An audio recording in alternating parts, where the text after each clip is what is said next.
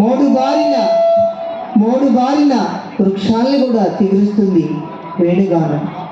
రాళ్ళను సైతము కరిగిస్తుంది వేణుగానం.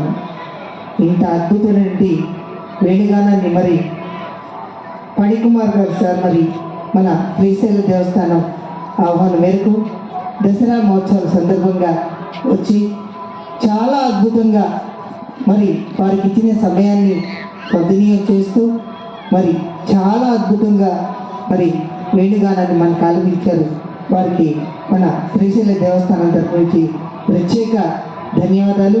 అట్లానే పక్కన వాయించినటువంటి సాహిత్య వైద్యకారులకు వారి ఇరువురు కూడా ఆస్థాన విద్వాంసులు వీళ్ళిద్దరూ చాలా ఎంతో ఓపికతో ఉండి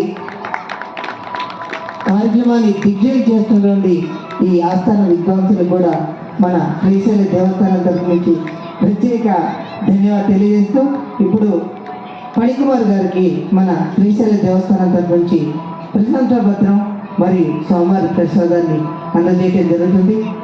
ఎంతో ఓపికతో ఉండి చాలా చక్కని కీర్తనలు పాడి మనకి, ఎందుకంటే నోటితో పాడేదానికన్నా వేడితో పాడేదంటే నాభి నుంచి గాలితో పాడటం అనేది చాలా కష్టం.